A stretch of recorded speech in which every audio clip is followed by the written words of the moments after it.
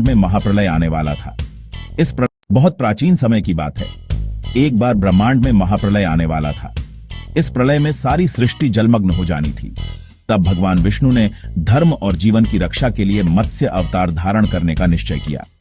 एक दिन राजा सत्यव्रत नदी में जल अर्पण कर रहे थे। तभी उनके हाथों में एक छोटा सा मछली का बच्चा आया।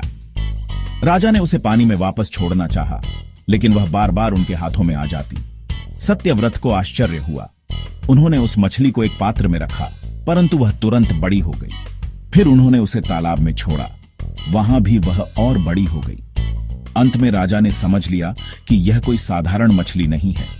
तभी भगवान विष्णु प्रकट होकर बोले, राजन, मैं विष्णु हूं। शीघ्र ही प्रलय आने वाली है।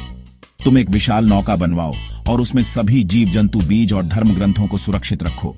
जब प्रलय आएगा, मैं मत्स्य रूप में आकर उस नौका को खींचकर सुरक्षित स्थान पर ले जाऊंगा। राजा ने वैसा ही किया। कुछ ही समय में महाप्रलय आया और चारों ओर जल ही जल फैल गया।